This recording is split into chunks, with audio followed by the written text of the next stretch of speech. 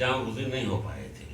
وہ اسلوب بالکل الگ ہے قرآن کا اور حدیث کا اور ہماری زبان کا الگ ہے، لیکن پھر بھی ذہنوں میں ابھی جامع گزین نہیں ہو پائے تھے. یہاں تک کہ 10ویں ہجری کے بعد تقریباً اندازاً 10ویں ہجری آتے آتے الحمدللہ قرآن لوگوں کو سمجھ میں آ گیا کہ قرآن کا اسلوب کیا ہے اور حدیث کا اسلوب کیا ہے.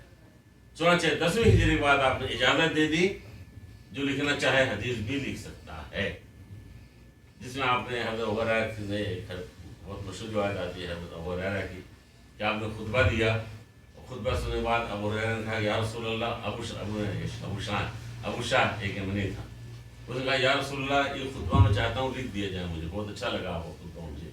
تو آپ نے کہا ہاں لکھ دو، لکھ کے دے دو. وہاں سے گویا لکھنے کی اجازت مل گئی، حدیثوں کی لکھنے کی اجازت مل گئی.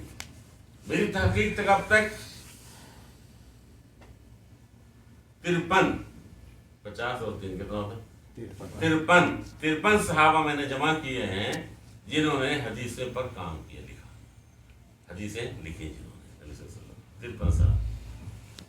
ہر ایک صحابی سے لکھنے والے 2-3 تابعی لے لیں، اگر آپ 2 یا 3 بھی لیں تو بھی 150 ہو جاتے ہیں. یعنی پہلی صدی ختم ہوتے ہوتے 150 آدمیوں نے تقریباً حدیثیں لکھی. اس کے بعد دھیرے دھیرے 5ویں صدی آتے آتے 5 لاکھ لوگ 5 لاکھ لوگ ملیں گے آپ کو 5ویں صدی تک آتے آتے جنہوں نے حدیثوں پر کام کیا. 5 لاکھ.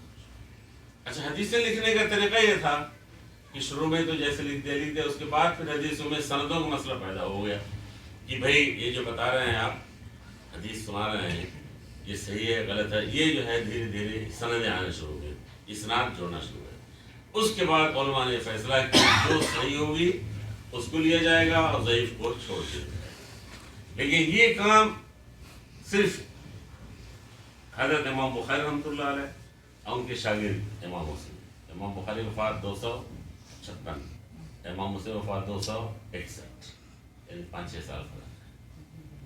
ایسی کوئی کتاب جو مجرد صحیح حدیثوں پر ہو، یہ 2 ہی ظہور ہو گئے، 2 کتاب. اس سے پہلے جو کتاب لکھی گئی اس میں صحیح ضعیف سب داخل. تو ضرورت ایسی تھی کہ ہمیں قرآن کی طرح تو نہیں، کم سے کم قرآن ہی کے اسلوب میں کوئی ایسی کتاب آ جائے ایک مجموعے میں جن ساری صحیح حدیثیں. میں نے مقدمے کے